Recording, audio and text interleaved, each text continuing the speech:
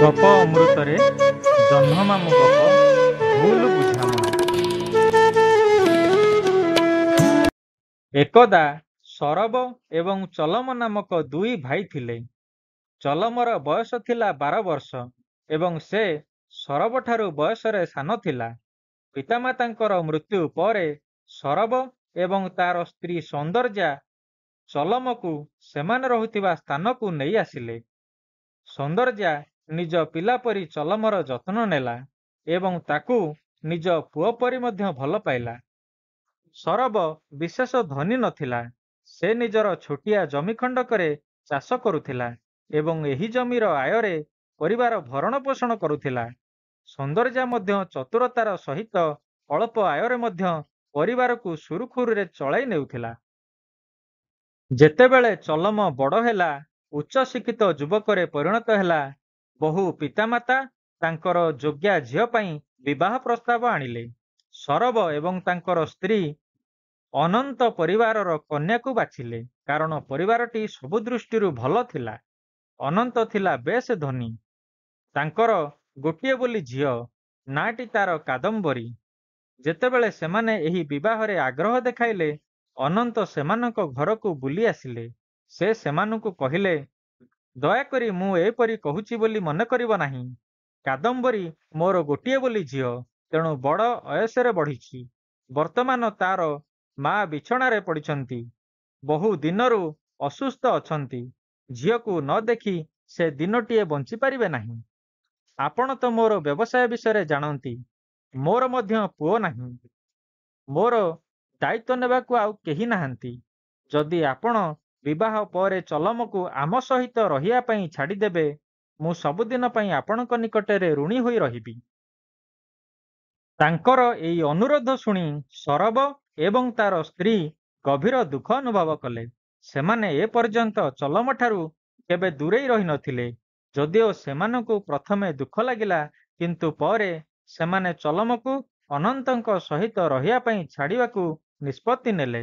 ସେମାନେ ଚଲମର ଉଜ୍ଜଳ ଭବିଷ୍ୟତ ଏବଂ ଅନନ୍ତର ପରିସ୍ଥିତି ଦୃଷ୍ଟିରୁ ଏଇଭଳି ନିଷ୍ପତ୍ତି ନେଲେ। ସେମାନେ ଚଲମକୁ ମଧ୍ୟ ବୁଝାଇଦେଲେ ଓ ବିବାହ ଶେଷ ହେଲା। ଚଲମ ତାଙ୍କର ଭାଇ ଭାଉଜ ଓ ପିଲାଙ୍କ ପାଇଁ ମନ ଭାରି ଦୁଃଖ କଲା, କିନ୍ତୁ ଭାଇଙ୍କର କଥା ମାନିଲା ଏବଂ ଶ୍ୱଶୁର ଘରେ ବାସ କଲା। ଶ୍ୱଶୁର ଘରେ ସବୁ ପ୍ରକାର ସୁଖ ସୁବିଧା ରହିଥିଲା। ସମସ୍ତେ ତା ପାଇଁ ଅପେକ୍ଷା କରି ରହୁଥିଲେ।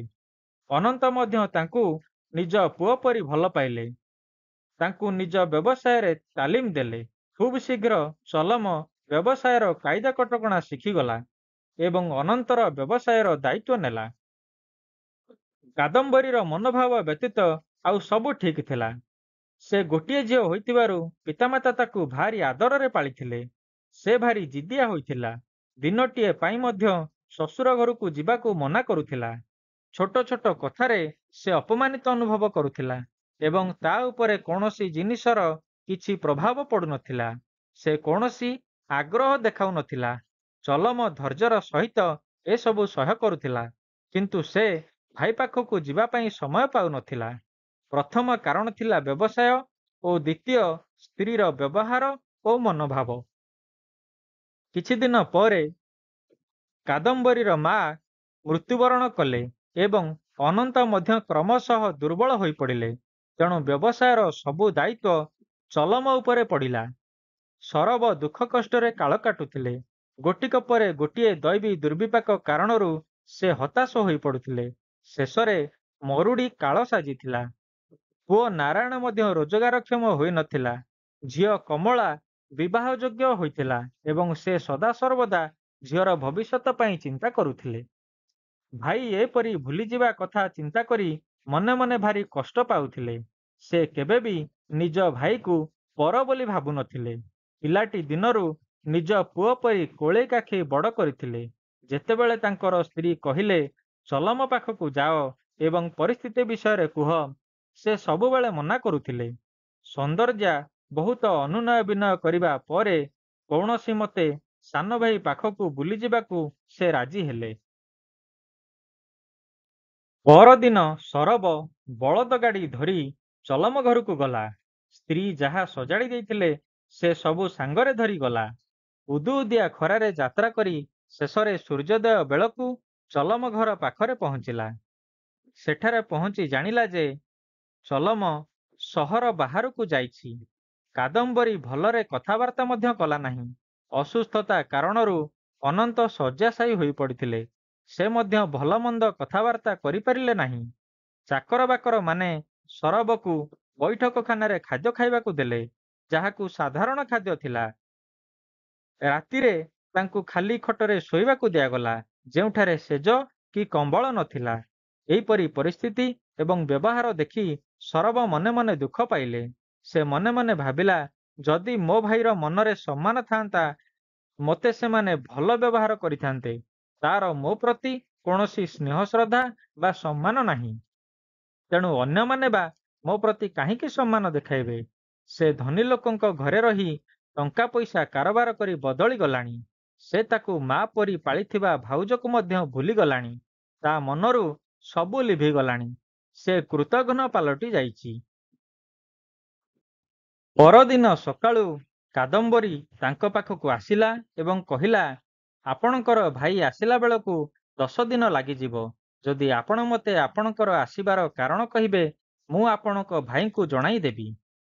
ସରବ ତାର କଥାରୁ ବୁଝିଗଲା ଯେ ସେ ତାଙ୍କୁ ବର୍ତ୍ତମାନ ଏହି ସ୍ଥାନ ଛାଡ଼ି ଚାଲିଯିବାକୁ କହୁଛି। ସେ ତାକୁ କହିଲା ଯେ ଚଲମକୁ କିଛି କହିବାର ନଥିଲା। ତାପରେ ସେ ଘରକୁ ଫେରିଗଲା। ରାସ୍ତାରେ ସରବ ମାନସିକ ଯନ୍ତ୍ରଣା ଓ ହତାଶ ଅନୁଭବ ଯୋଗୁଁ ଭାରି କଷ୍ଟ ପାଇଲା। ସେ ଏତେ କଷ୍ଟ ପାଇଲା ଯେ ଆଗକୁ ବଢ଼ି ପାରିଲେ ନାହିଁ। ତେଣୁ ଶଗଡ଼ ଅଟକାଇ ରାସ୍ତା କଡ଼ରେ ଗଛ ମୂଳରେ ବିଶ୍ରାମ ନେବାକୁ ବସି ପଡ଼ିଲେ। କିଛି ସମୟ ପରେ ସରବ ଘୋଡ଼ା ଖୁରାର ଶବ୍ଦ ଶୁଣି ଉଠି ପଡ଼ିଲା। ସେ ଦେଖିଲା, 2 ଜଣ ବ୍ୟକ୍ତି ତା ଆଡ଼କୁ ଘୋଡ଼ାରେ ବସି ଆସୁଛନ୍ତି। ତାଙ୍କ ପଛରେ 2ଟି ଘୋଡ଼ା ଗାଡ଼ି ଆସୁଛି। ତାପରେ ସେମାନେ ଖୁବ୍ ଶୀଘ୍ର ସରବ ନିକଟରେ ପହଞ୍ଚିଲେ ଏବଂ ଘୋଡ଼ାରୁ ଓହ୍ଲାଇ ପଡ଼ିଲେ। ସେମାନଙ୍କ ମଧ୍ୟରୁ ଜଣେ ଥିଲା ଚଲମ, ଅନ୍ୟ 2 ଜଣ ତାର ସେବକ ଥିଲେ। ସରବ ଚଲମକୁ ଦେଖି ଭୀଷଣ ରାଗିଗଲେ। ସେ କିଛି କହିବା ପୂର୍ବରୁ ଚଲମ ତାଙ୍କ ପାଖକୁ ଧାଇଁ ଆସିଲା ଏବଂ କୁଣ୍ଢାଇ ପକାଇଲା। ସେ କହିଲା, ବଡ଼ ଭାଇ, ଏବଂ ଆନନ୍ଦରେ ତା ଆଖିରୁ ଲୁହଧାର ଝରି ଚାଲିଥିଲା। ପ୍ରିୟ ଭାଇ, ମୁଁ ଗତକାଲି ରାତିରେ ତୁମେ ଆସିଥିବା ଖବର ପାଇଲି। ମୁଁ ଜାଣିନଥିଲି ଯେ ତୁମେ ଏତେ ଶୀଘ୍ର ବାହାରିଯିବ ବୋଲି। ତେଣୁ ମୁଁ ଘରେ ପହଞ୍ଚି ଖବର ପାଇବା ମାତ୍ରେ ତୁମକୁ ଭେଟିବା ପାଇଁ ଧାଇଁ ଆସିଛି। ମୁଁ ବହୁଦିନରୁ କାମର ଚାପ ଯୋଗୁଁ ତୁମ ପାଖକୁ ଯାଇପାରିଲି ନାହିଁ, କିନ୍ତୁ ସବୁବେଳେ ତୁମକୁ ଭେଟିବା ପାଇଁ ମନେ ମନେ ଚାହୁଁଥିଲି। ସରବ ଦେଖିଲେ ଯେ 2ଟି ଗାଡ଼ିରେ ସାରା ବର୍ଷ ପାଇଁ ଖାଦ୍ୟଶସ୍ୟ ଏବଂ ସମସ୍ତଙ୍କ ପାଇଁ ଲୁଗାପଟା ରହିଛି। ଚଲମ ସରବଙ୍କ ହାତରେ ଗୋଟିଏ ଚମଡ଼ା ବ୍ୟାଗ ଦେଲେ। କହିଲେ, ଏଇଥିରେ କିଛି ଟଙ୍କା ଅଛି। ଦୟାକରି ମୁଁ ଆରଥର ଆସିବା ପର୍ଯ୍ୟନ୍ତ ତୁମେ ଖର୍ଚ୍ଚ କରିବ। କମଳା ପାଇଁ ଭଲ ବରଟିଏ ଦେଖ। ଭଲ ଦିନ ଦେଖି ବାହାଘର କରିବା। ବ୍ୟସ୍ତ ହେବ ନାହିଁ। ସରବ ସାନ ଭାଇକୁ ଭୁଲ ବୁଝିଥିବାରୁ ମନେ ମନେ ଅନୁତାପ କଲା।